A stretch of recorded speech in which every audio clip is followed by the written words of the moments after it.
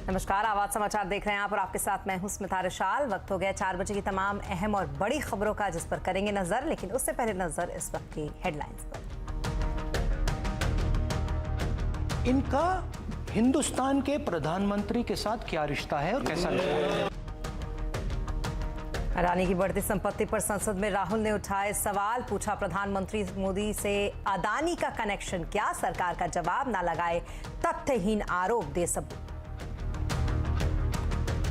भारी उतार चढ़ाव के बाद गिरावट के साथ बाजार बंद। एफएमसीजी ऑटो शेयरों में बिकवाली, एनर्जी मेटल आईटी शेयरों पर दबाव। सेंसेक्स 221 और निफ्टी 43 अंक गिरा। महाराष्ट्र में रैपिडो को राहत देने से सुप्रीम कोर्ट का इनकार। बॉम्बे हाई कोर्ट का फैसला रखा बरकरार। महाराष्ट्र सरकार लाए 31 मार्च तक एग्रीगेटर्स के लिए पॉलिसी। इस साल भी पड़ सकती है गेहूं पर गर्मी की मार। फरवरी में ही पारा 29 डिग्री के पार। आगे भी पारा बढ़ने के आसार। पिछले साल घटा था 5% तक प्रोडक्शन।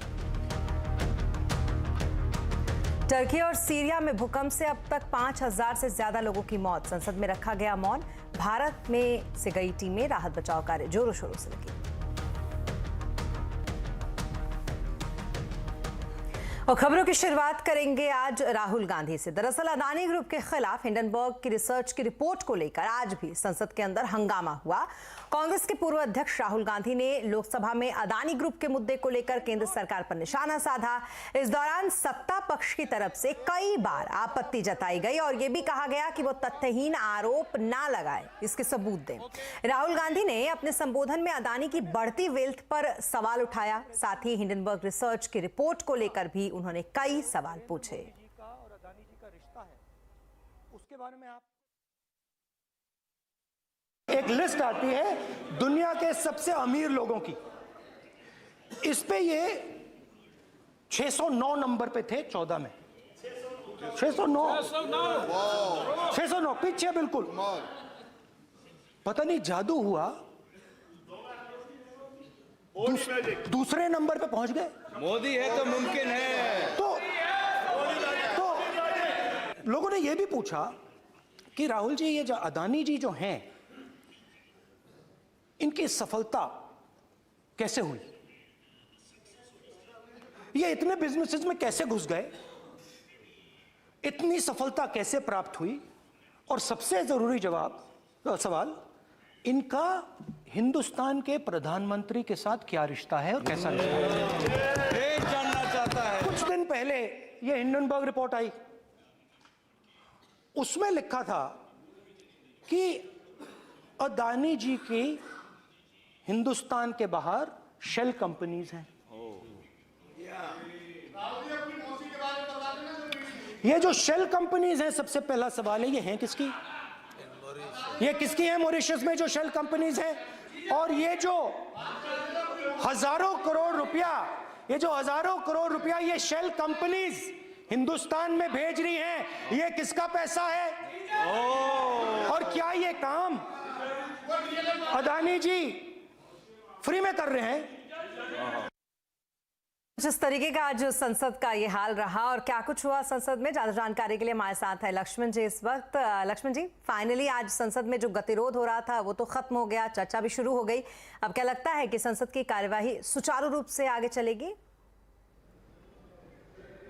दरअसल सुचारू तरीके से अब चलनी चाहिए। जिस तरीके से विपक्ष अब इस बहस पर आ चुका है और विपक्ष ने अपने बात भी रखी, सरकार भी अपनी बात रख रही है राष्ट्रपति के अभिभाषण पर धन्यवाद प्रस्ताव के दौरान, तो मुझे लगता है कि जो पिछले 3 दिन से हंगामा चल रहा था वो हंगामा अब थम गया है। हालांकि बहस तीखी होगी, नोकझोंक हो सकती है, थोड़ी बहुत बहस वहाँ पर हंगामा देखने को मिल सकता है, लेकिन अब कामकाज होता हुआ दिखेगा। और इसी कामकाज के बीच में अभी से लेकर के देर रात तक, करीब 10 बजे तक रात तक आप देखेंगे लोकसभा की कार्रवाई यहां पे चलेगी, जहां पे राष्ट्रपति का अभिभाषण पर चर्चा होगी, सत्ता पक्ष विपक्ष के सांसद बोलेंगे और कल लोकसभा में प्रधानमंत्री मोदी का बयान होगा। मोदी का बयान भी काफी महत्वपूर्ण होगा, जहां पे सरकार की उपलब्धियां बताई जाएंगी और सरकार पर जो भी आरोप लग रहे हैं उसका जवाब भी देखने को आपको मिल सकता है। उसके बाद एक दिन बाद यानी गुरुवार को राज्यसभा में प्रधानमंत्री अपना भाषण देंगे और प्रधानमंत्री के भाषण के बाद फिर ये जो 12 फरवरी तक का जो संसद का ये बजट सत्र था वो मुझे लगता है कि 2 दिन पहले, हो सकता है 10 फरवरी को ही ये बजट सत्र का रिसेस हो जाए, यानी रिसेस के बाद फिर दोबारा अगले महीने बजट सत्र की शुरुआत होगी, तब जाके बजट पे विस्तृत बहस होगी, बजट को पारित करने की कोशिश होगी। लेकिन इस बीच अब लग रहा है कि सकारात्मक चर्चा होगी, बजट पे भी बहस होगी और डिमांड फॉर ग्रांट और फाइनेंस बिल पास कराने की कोशिश होगी। जी, बहुत शुक्रिया तमाम डिटेल्स के लिए आपका लक्ष्मण जी। और अब बात एक बार फिर अदानी ग्रुप की, जिसके खिलाफ हिंडनबर्ग रिसर्च की रिपोर्ट के मामले में अब सुप्रीम कोर्ट 10 फरवरी को उस पर सुनवाई करेगा। इस मामले को लेकर सुप्रीम कोर्ट में 2 याचिकाएं दायर हुई थी। एक याचिका वकील ML शर्मा की थी और दूसरी वकील विशाल तिवारी ने दायर की थी। ML शर्मा ने अपनी याचिका में कहा था कि हिंडनबर्ग की रिपोर्ट आधारहीन है और विदेशी ताकतों के द्वारा देश की साख पर बट्टा लगाया जा रहा है। ऐसे में कोर्ट हस्तक्षेप करके इस मामले की जांच कर निर्देश जारी करे। तो वहीं वकील विशाल तिवारी ने अपनी याचिका में बड़े कॉर्पोरेट घरानों को दिए गए 500 करोड़ रुपए से ज्यादा के लोन की मंजूरी की नीति की जांच के लिए एक विशेष कमेटी गठित करने के निर्देश देने की अपनी याचिका में उन्होंने मांग की है, जिस पर कोर्ट अब सुनवाई करेगी। और अब बात करेंगे बाजार की।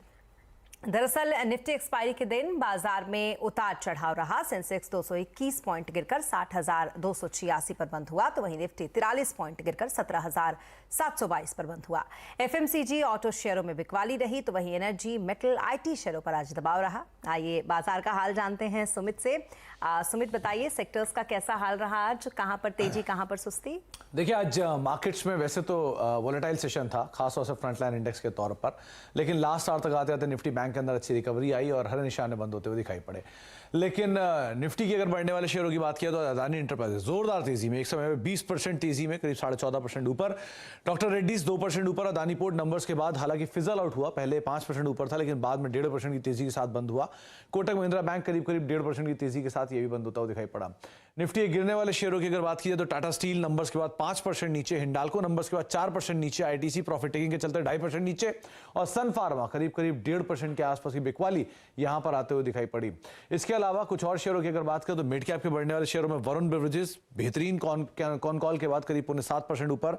अदानी विल्मर अपर सर्किट पे, ऑयल इंडिया करीब 4.5% ऊपर और नवीन फ्लोरीन रफली 4% के आसपास की तेजी यहां पर आते हुए दिखाई पड़ी है। मिड कैप के गिरने वाले शेयरों में मदरसन वायरिंग 3% नीचे नंबर्स के बाद, TTML 4% नीचे, वोडाफोन आइडिया कल की बड़ी तेजी के बाद 4% नीचे और ट्यूब इन्वेस्टमेंट लगातार प्रेशर में करीब 3-3.5% के आसपास की बिकवाली यहां पर भी बनते हुए दिखाई पड़ी। तो ओवरऑल मार्केट के अंदर आज अदानी समूह के शेयरों में तेजी थी, बैंक्स में थोड़ी हद तक रिकवरी थी, लेकिन एक बड़ा इवेंट अवेटेड है तो मार्केट भी स्केप्टिकल होकर कामकाज कर रहा है। जी, बहुत शुक्रिया तमाम मार्केट अपडेट के लिए आपका सुमित। तो ये तो रहा मार्केट का हाल। अब सुंदरम म्यूचुअल के MD और CEO सुनील सुब्रमण्यम का कहना है कि पहली छमाही में बाजार में उतार चढ़ाव संभव है। उनके अनुसार दूसरी छमाही में अब तक बाजार बाउंस बैक कर सकता है। ये शायद साल ऑफ 2 हाफ्स होगा। फर्स्ट हाफ के लिए प्रॉब्ली ऐसी वॉलेटिलिटी जारी रहेगी, सेकेंड हाफ में मैं स्ट्रॉन्ग बाउंस बैक देखता हूँ। सेकेंड, मैं समझता हूँ कि ये तेल का दाम भी आर्टिफिशियली इस लेवल पे रखा गया है बिकॉज ये विंटर का टाइम है और वो प्राइस कैप का गलत तरीके से आउटकम आ गया। बट एक्चुअली देखिए कि फ्लोस जो है, ऑयल के फ्लोस रशिया ने कैप कर दिया to those who accept the cap, तो ऑटोमेटिकली सऊदी से जो डिमांड आ गया तो तेल का दाम गिर नहीं रहा था। इंडियन इक्विटी के फ्लोस जो FIs करते हैं ज्यादातर तेल के दाम के आउटलुक के ऊपर करते हैं।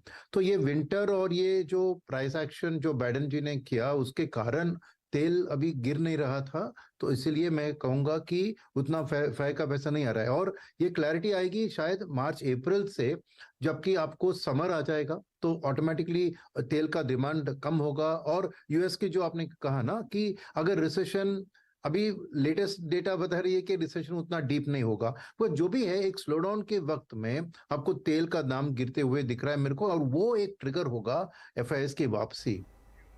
और बजट के ऐलानों और अदानी ग्रुप के मामले पर वित्त मंत्री निर्मला सीतारमण के साथ नेटवर्क 18 के group editor in chief Rahul Joshi की बेबाक बातचीत देखिए आज शाम 7:57 पर।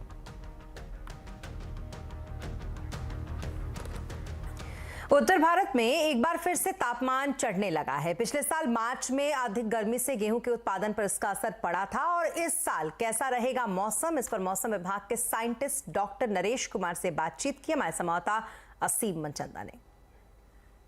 उत्तर भारत में गर्मी काफ़ी तेज़ी से बढ़ने लगी है। हमारे साथ सख्त मौसम विभाग के सीनियर साइंटिस्ट डॉक्टर नरेश हैं। सर, उत्तर भारत में गर्मी काफ़ी तेज़ी से बढ़ रही है, 26 डिग्री तक टेम्परेचर पहुंच गया है। कितना अनुमान है आपको, क्या लगता है यही रहेगी? देखिए, जैसे अभी दिल्ली का भी 29 तक कल पहुंच गया था और मिनिमम अराउंड 12.8 13 के पास था। अगर आप इस सैटेलाइट पिक्चर की तरफ ध्यान दें तो अभी एक वेस्टर्न डिस्टर्बेंस आ रहा है जो क्लाउड्स मूव कर रहा है, जो कल रात को जहाँ पे इन्फ्लुएंस करेगा, उसके बाद जो तो हिमालयस पे वेदर देगा, लेकिन इसका टेम्परेचर्स पे प्लेन्स के टेम्परेचर्स में काफ़ी इन्फ्लुएंस रहता है।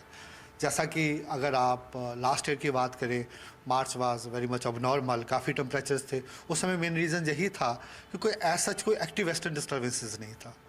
उसके प्रभाव से सारा नॉर्थ वेस्ट इंडिया में क्लियर था, तो टेम्परेचर सूट अप किए। और अभी में क्या है कि अभी ये 8th नाइट से WD इम्पैक्ट कर रहा है। 9th को हम जो उम्मीद कर रहे हैं कि ये जम्मू कश्मीर, स्पेसिफिकली कश्मीर रीजन में हैवी स्नोफॉल भी दे सकता है। सर, इस साल जो हम बारिश भी सामान्य से कम रही 25% के आसपास जनवरी महीने में, तो लगता है कि फरवरी महीने में कमी पूरी होगी है, इस बार भी बारिश अच्छी रहेगी? देखिए, जैसे हम जनरली 5-6 दिन का अनुमान देते हैं, तो अभी जो हमारा आने वाले 8-10 दिनों में है कि एक वेस्टर्न डिस्टर्बेंस अभी इन्फ्लुएंस कर रहा है, उसके बाद फिर 2-4 दिन के बाद एक वेस्टर्न डिस्टर्बेंस और है, लेकिन मेन वेदर जो थोड़ा बहुत तो हिमालयस पे भी रहेगा। पिछले साल मार्च में हमने देखा कि टेम्परेचर 40 डिग्री तक पहुंच गया था, तो अब आपका क्या अनुमान है? मार्च में उतना ही रहेगा टेम्परेचर, कम होगा, ज़्यादा होगा? लास्ट ईयर जैसे आपने क्वेश्चन पूछा, तो प्लेन्स में कोई ऐसा वेदर नहीं था। जो भी रेनफॉल स्नोफॉल हुआ बहुत हाई रीचेस में हुआ। जी, आखिरी सवाल, गेहूं के उत्पादन पर कोई असर देख रहे हैं? पिछली बार भी असर पड़ा था, इस बार कुछ? देखिए, अभी उसमें कुछ नहीं हम कमेंट्स कर सकते। अभी तो हिमालयस पे वेदर है, थोड़ा सा टेम्परेचर जो भी आप देख रहे हैं ज़्यादा है, इसमें थोड़ी बहुत गिरावट आएगी। और दुनिया भर में चैट जीपीटी का क्रेज तेजी से बढ़ रहा है। चैट जीपीटी के एक्टिव यूजर्स 10 करोड़ हो गए हैं, लेकिन क्या इससे आपकी जॉब पर खतरा बढ़ गया है? आज कंज्यूमर अड्डा में इसी पर करेंगे चर्चा, शाम 5:57 पर।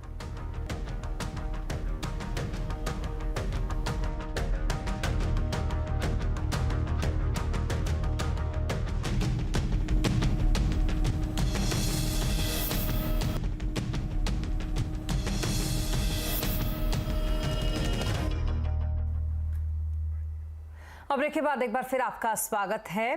बाइक एग्रीगेटर्स रैपिडो को सुप्रीम कोर्ट से राहत नहीं मिली है। सुप्रीम कोर्ट ने सेवाएं बंद करने के हाईकोर्ट के आदेश को बरकरार रखा है। सुप्रीम कोर्ट ने महाराष्ट्र सरकार से बाइक एग्रीगेटर पॉलिसी पर 31 मार्च तक फैसला लेने के निर्देश दिए हैं। डिटेल लेते हैं इस खबर पर असीम मनचंदा से। असीम, बताएं, सुप्रीम कोर्ट से सभी रैपिडो को झटका लगा है, क्या डिटेल है आपके पास? देखिए, महाराष्ट्र सरकार ने जो बाइक एग्रीगेटर रैपिडो है उसके ऊपर सुरक्षा कारणों से रोक लगा दी थी। महाराष्ट्र सरकार का कहना था कि जो निजी व्हीकल है उसका इस्तेमाल टैक्सी सेवाएं देने के लिए नहीं किया जा सकता। इस आदेश को रैपिडो ने बॉम्बे हाईकोर्ट में चुनौती दी थी। बॉम्बे हाईकोर्ट ने इस पर राहत देने से इनकार कर दिया था। मामला उसके बाद सुप्रीम कोर्ट पहुंचा। सुप्रीम कोर्ट में इस मामले की सुनवाई हुई तो सुप्रीम कोर्ट ने कहा कि जो मोटर व्हीकल एक्ट है उसके मुताबिक जो बाइक एग्रीगेटर है उनके पास लाइसेंस होना अनिवार्य है। जो महाराष्ट्र सरकार है उसका कहना था कि एग्रीगेटर्स के लिए एक नई पॉलिसी बनाने के ऊपर काम जारी है। तो सुप्रीम कोर्ट ने महाराष्ट्र सरकार को निर्देश दिए कि 31 मार्च तक बाइक एग्रीगेटर के लिए पॉलिसी बनाने पर फैसला ले। साथ ही जो रैपिडो है उसको भी निर्देश दिए कि वो दोबारा से बॉम्बे हाईकोर्ट के पास जा सकता है। तो जब तक ये नई पॉलिसी बनकर नहीं आती है तब तक महाराष्ट्र में रहने वाले लोगों को बाइक एग्रीगेटर रैपिडो की सेवाएं नहीं मिलेगी। जी, बहुत शुक्रिया तमाम डिटेल्स के लिए आपका असीम। और अब बात दिल्ली की करेंगे, जहां मेयर के चुनाव को लेकर खींचतान मची हुई है। आज तीसरी बार सदन में मेयर को लेकर होने वाला मतदान टल गया, जिसके बाद सदन का संग्राम सड़क तक आ गया। तो वहीं अब ये मामला सुप्रीम कोर्ट भी पहुंच चुका है।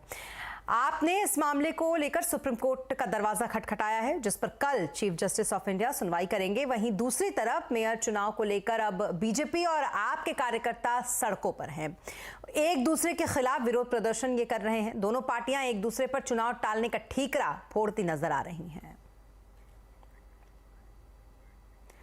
और अब बात पूर्वोत्तर के राज्यों में होने वाले चुनाव की। दरअसल पूर्वोत्तर के 3 राज्यों त्रिपुरा, मेघालय और नागालैंड में चुनावी गहमागहमी अब तेज हो गई है। बीजेपी जहां पहले ही मिशन पूर्वोत्तर में जोरों शोरों से लगी हुई है, तो वहीं तृणमूल कांग्रेस प्रमुख ममता बनर्जी भी बंगाल के बाद अब पूर्वोत्तर के राज्यों पर अपना दबदबा बढ़ाने के लिए कमर कस चुकी हैं।